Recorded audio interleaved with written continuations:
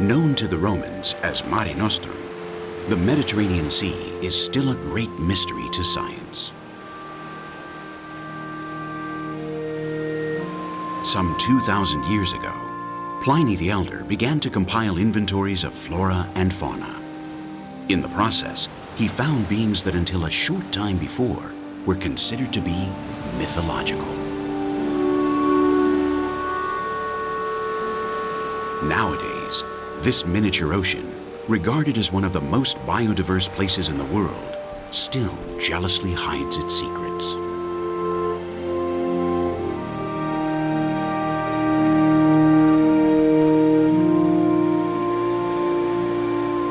Although we know the basics of the more than 15,000 animal species that inhabit these waters, we know almost nothing about the natural behavior of even the common ones, since many of these become active at sundown.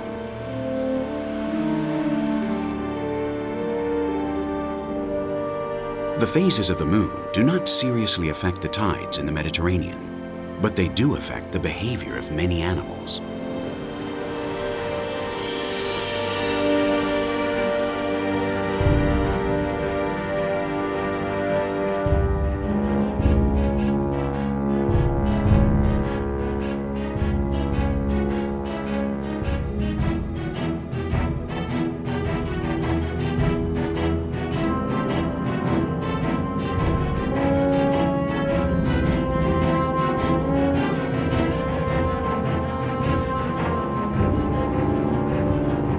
Under the cover of night, a vast number of species become active in order to establish links and find food, all functioning under one premise: to eat without being eaten.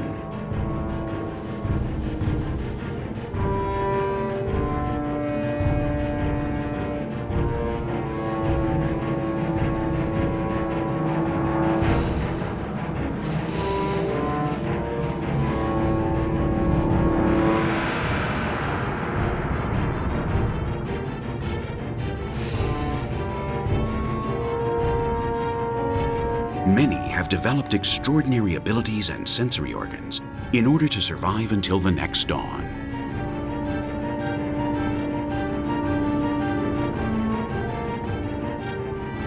Others use the cover of night to reproduce in the warm waters of Mare Nostrum.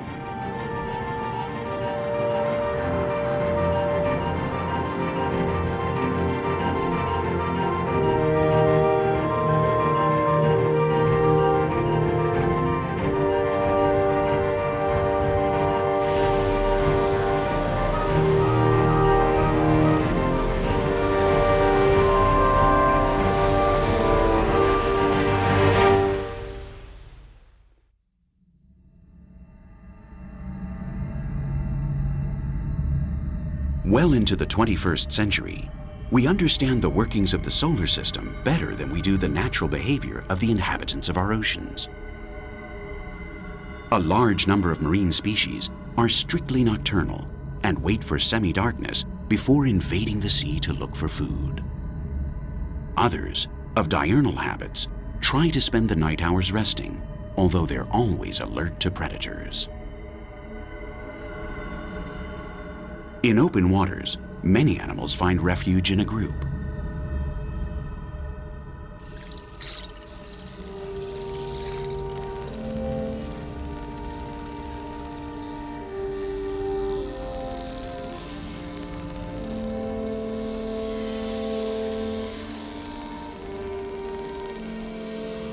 Dolphins and other cetaceans never really fall asleep completely.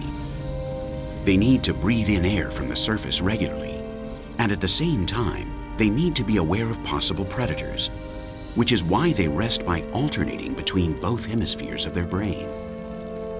Moreover, their echolocation warns them of any imminent danger.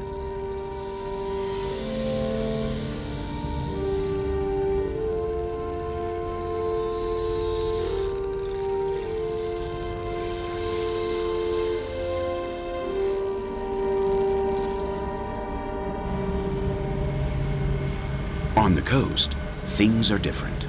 Here, diurnal fish and the young of many species find cover between rocks and algae.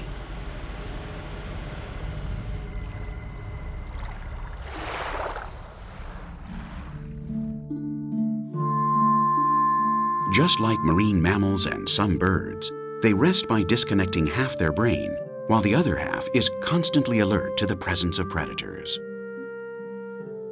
They don't need eyelids to close their eyes, but what alerts them to any danger is a sensory organ known as the lateral line, which they use to detect the tiniest movement around them.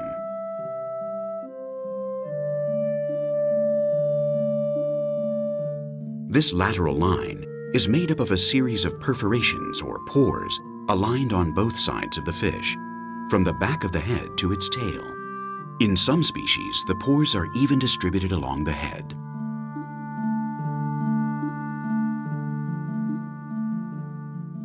When a pressure wave hits the fish, it travels inside the pores to extremely sensitive small organs known as neuromasts, which allow it to anticipate a predator's attack or to move along reduced visibility areas.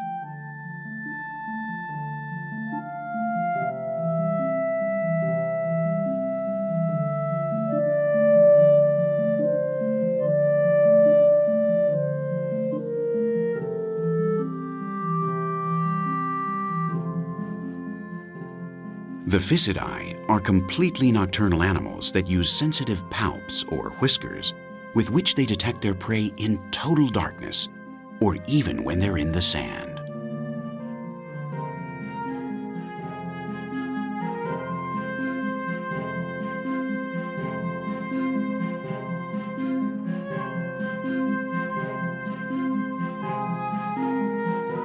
Upon nightfall, an infinite number of crustaceans leave the crevices of rocks to look for detritus and organic material to feed on. Many species of shrimps, crabs, and lobsters are at the same time a very important source of protein for many other species, against which they've developed various defense mechanisms.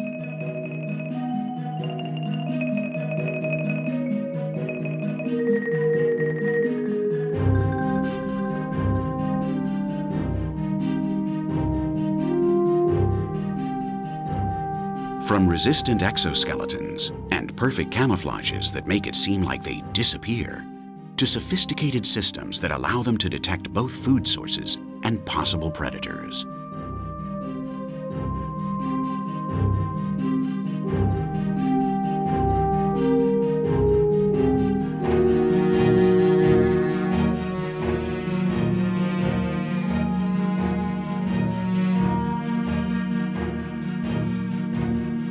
This small European locust lobster captures chemical and olfactory signals with the ultra-sensitive hairs located on the tips of its two small antenna-like legs.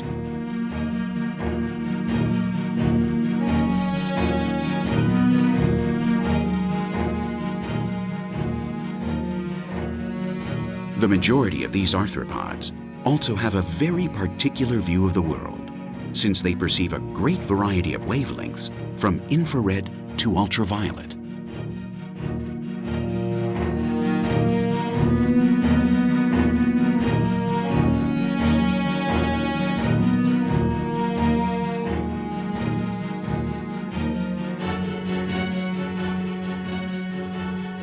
Like spiny lobsters, many of them have adapted organs that branch out throughout their exoskeleton, with which they send the brain all of the information gathered by their nerve endings in their antennae, by their protuberances, and by hairs all over their body.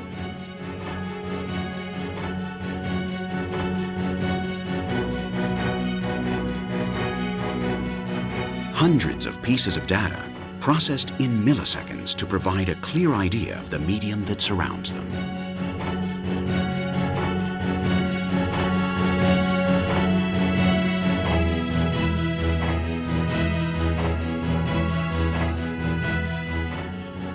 Salinity, temperature, pressure, smell, taste, and high-spectrum vision guide them through the dark seabed in search of detritus.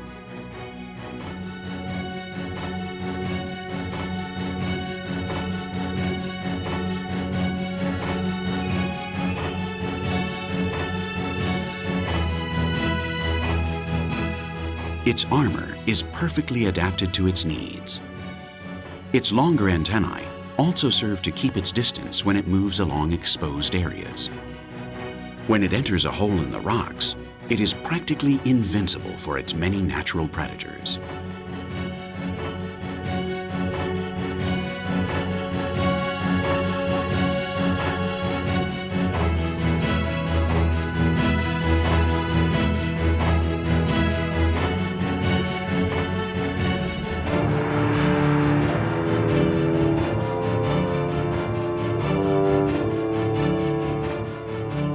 Various species of cephalopods patrol the Mediterranean nights to hunt and feed off many of these crustaceans.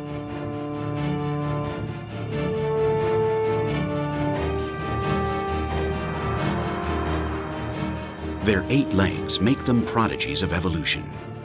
With them, they trap their victims, even under a rock. Each leg has its own nerve terminal or processor at the command of a central brain, making them all independent.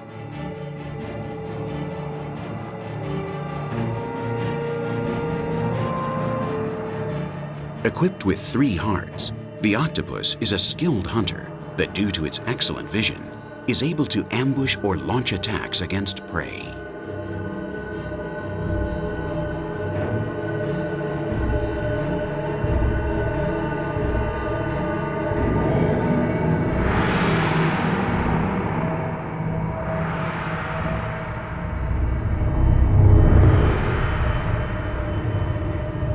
Using their elastic membrane as a kind of net, their prey have little chance of surviving.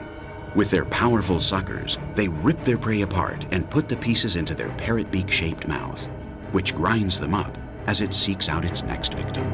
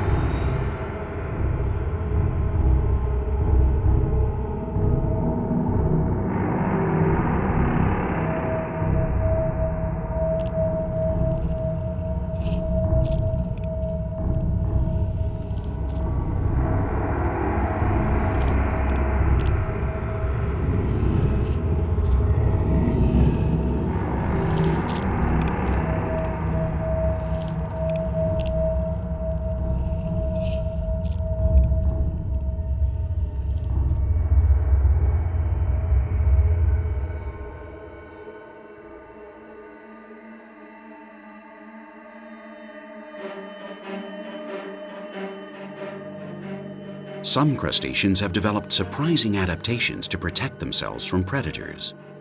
Hermit crabs shed their borrowed shell periodically as they grow.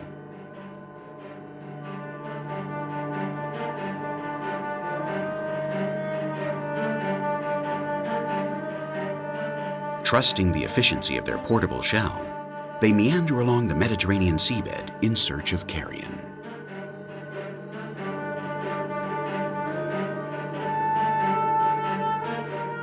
They detect their food or the proximity of some predator in the darkness of night, thanks to antennae that are sensitive to the tiniest movements and to any chemical or olfactory trace.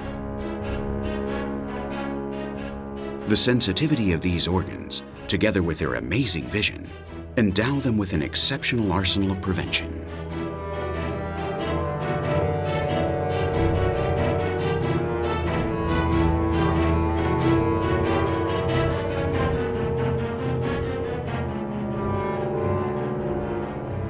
What's more, their exoskeleton is also covered by millions of hairs that are extremely sensitive to touch, which help them interact in their dark environment. Many of them sport hairdos made with sponges, algae, and anemones that help them go unnoticed.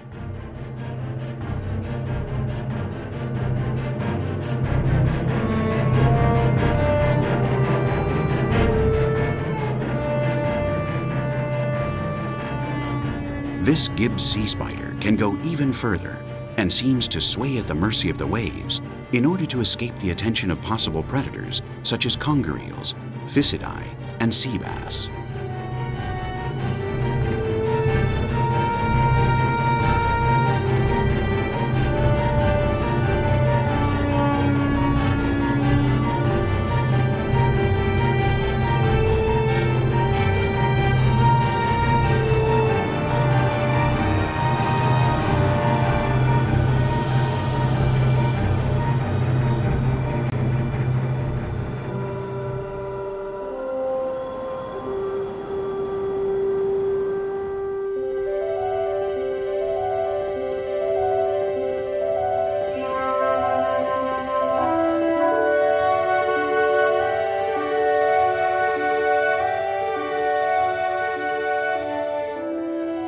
Cereanthids are solitary polyps of the Cnidaria family.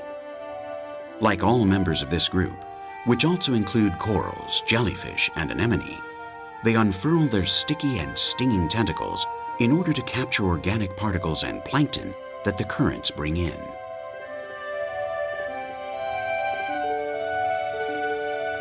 They have shorter tentacles around their mouth that draw food towards their digestive tract and maintain the receptacle clean.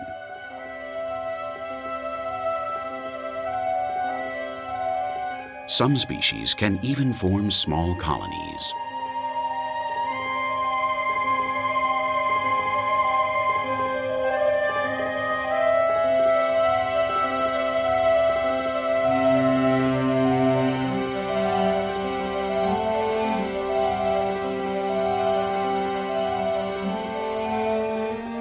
Other solitary anemones, such as Alicia mirabilis, which in Latin means marvelous, possess a mobile foot with which they move about to place themselves in strategic areas of abundance. When they finish their activity, they retract, curling in to hide during the day.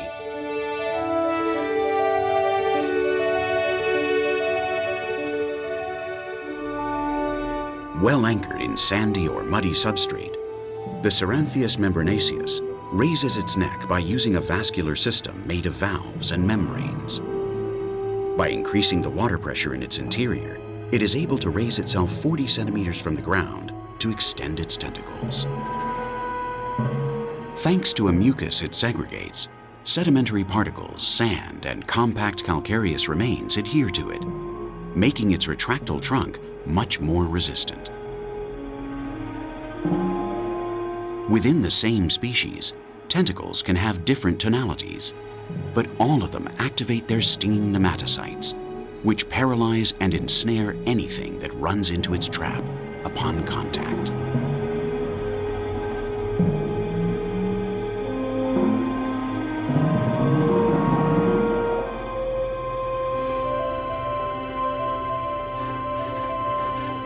Some anemones know exactly which surfaces to colonize.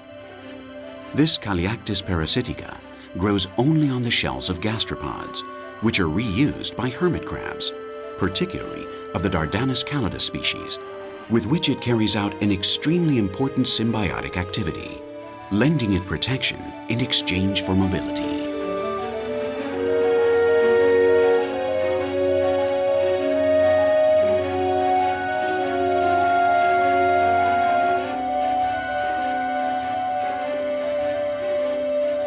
When the size of 2 or even 3 anemone becomes so excessive that they are also a burden to the hermit crab, the symbiosis can evolve into phoracy, endangering the balance of the relationship.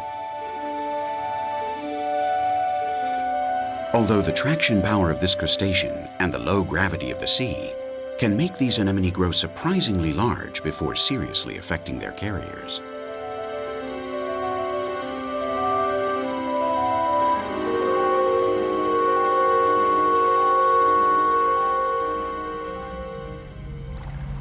In summer and spring nights, the full moon calls millions of beings to reproduce.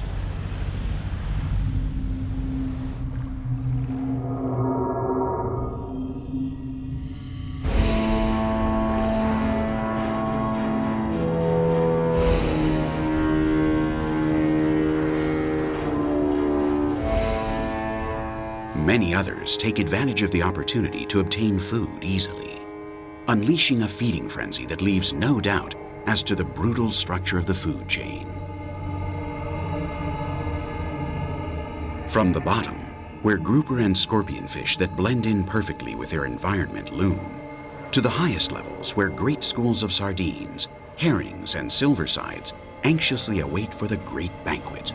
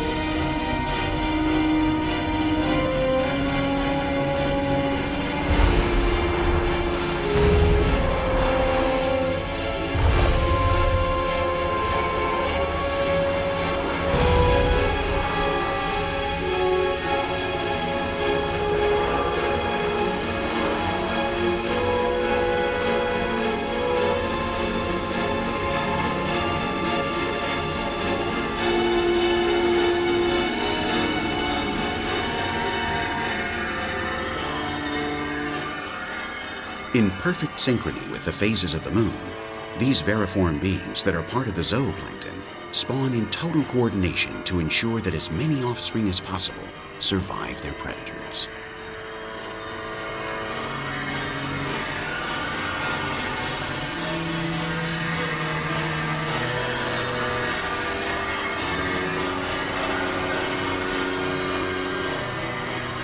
Many males quickly surround a female to stimulate her and induce her to release eggs, which will be fertilized externally. These will be dispersed by the soft currents of open waters, where they will develop into its various larval phases, until as adults they approach the coast to reproduce.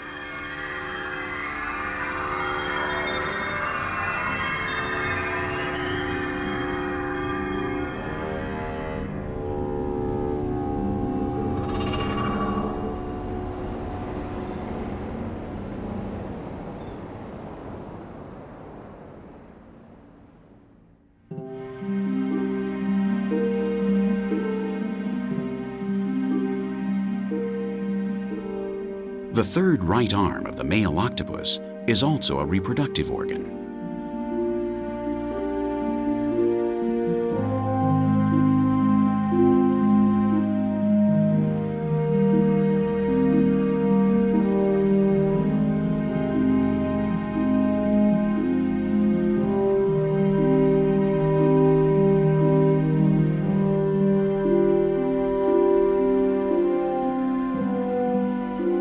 The so-called heptacotylized arm is introduced under the mantle of the female to deposit spermatophores, sacs full of sperm that the female will dose for the fertilization of over 180,000 eggs.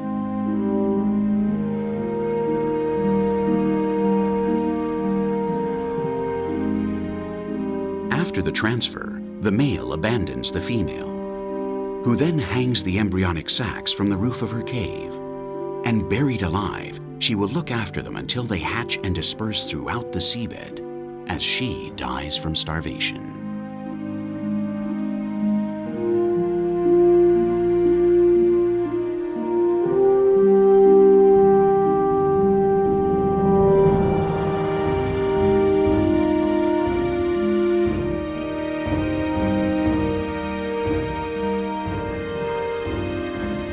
Over 50 species of cephalopods live in the Mediterranean. Although little is known of the behavior of most of them, because their nocturnal and abyssal habits make the study of their behavior and natural relations quite difficult.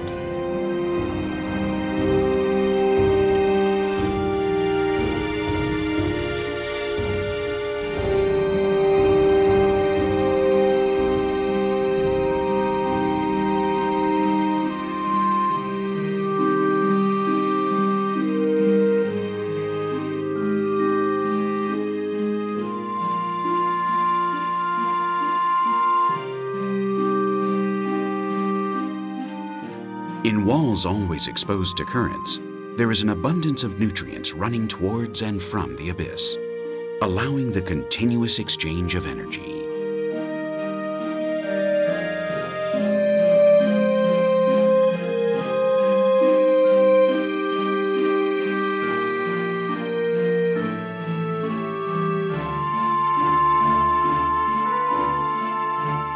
By way of their 2 pairs of nasal orifices, 2 tubes on the tip of their mouth and another shorter pair close to their eyes, moray eels capture chemical and odorous substances in the water.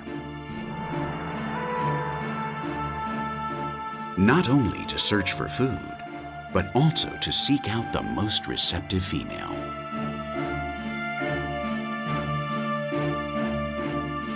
Notwithstanding its limited sight, and the fact that the neuromasts on the lateral line are present only on its head, it has an extremely well-developed sense of smell that makes it an effective tracker. Between July and September, they approach the coast in search of a mate. Of their hundreds of eggs, larvae that are transparent and laterally flat will be born.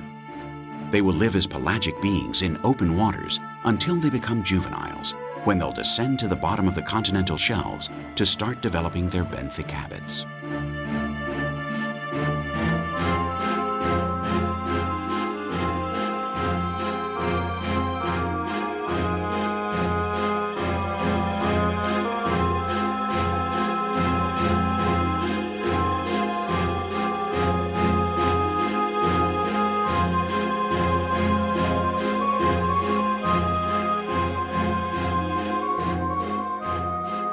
This other nocturnal eel has a more extended lateral line that reaches the end of its tail.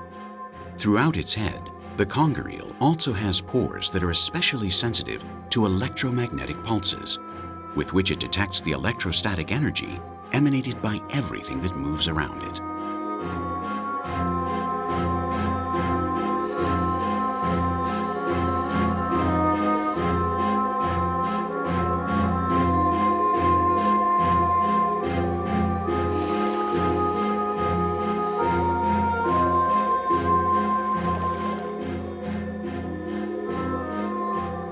Helped by water's superconductivity, they feel a world of electric waves and low-voltage luminescence.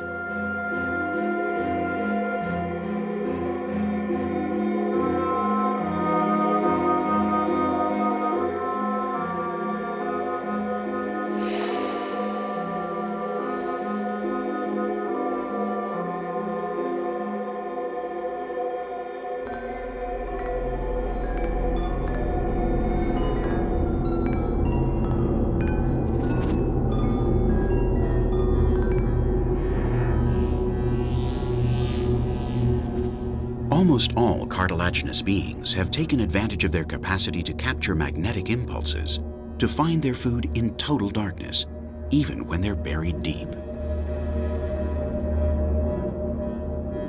Sharks and stingrays possess organs known as ampullae of Lorenzini, distributed along their entire head, forming a network of sensitive pores.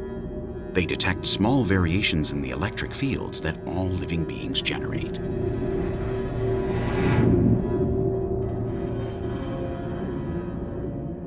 But the marbled torpedo ray goes even further, as they're capable of producing electric discharges to shock and even paralyze their prey, or defend themselves against aggression. The intensity of the discharge varies with the size of the individual and with the time that has elapsed from its last use, since it has to recharge its electric generators. It also uses electromagnetic signals to communicate with its kin and to find them in the enormity of the night so that it can mate in the spring.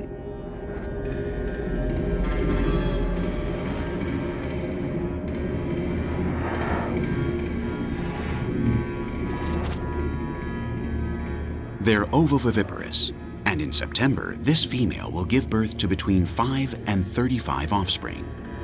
Miniature replicas 7 to 10 centimeters long that are totally self-sufficient.